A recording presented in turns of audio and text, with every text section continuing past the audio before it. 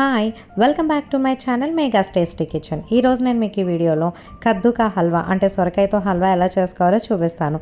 ముందుగా ఒక పెద్ద సొరకాయని తీసుకొని లేతగా ఉండేటట్టు చూసుకోవాలి. దాన్ని బాగా గ్రేట్ చేసుకొని పెట్టుకోవాలి.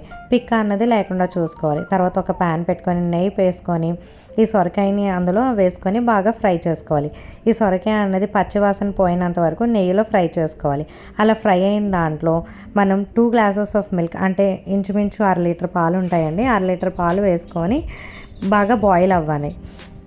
ఇది ఒక 5 to 10 మినిట్స్ సొరకాయ అన్నది అందులో ఉడికినంత వరకు మనం ఫ్రై చేయాలి. అలా ఉడికిన దాంట్లో మనం ఒక 2 గ్లాసెస్ ఆఫ్ షుగర్ వేసుకొని బాగా కలుపుకోవాలి.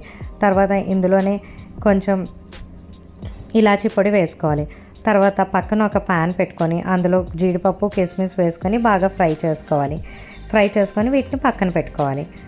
తర్వాత ఈ మనం షుగర్ వేసుకున్నాం కదండి, అదంతా బాగా కరిగి కొంచెం జిగురు పాకంలా వచ్చినంత వరకు మనం బాగా ఫ్రై చేస్తూనే ఉండాలి. ఇంచుమించు ఇది ఒక 20 to 30 మినిట్స్ పడుతుందండి ఫ్రై అయినంత వరకు. హై ఫ్లేమ్లో పెడితే మాడిపోతుంది కాబట్టి మీడియం ఫ్లేమ్లో పెట్టి కలుపుకుంటూ మనం ఫ్రై అవ్వాలి. చూసారా, మనం ముందు చూసినప్పుడు చాలా ఎక్కువ ఉండేది, ఇప్పుడు అలా చాలా దగ్గర పడిపోయింది. మనం కలుపుతున్నప్పుడే మనకు తెలిసిపోతుందండి, కొంచెం టైట్గా కలుస్తూ ఉంటుంది.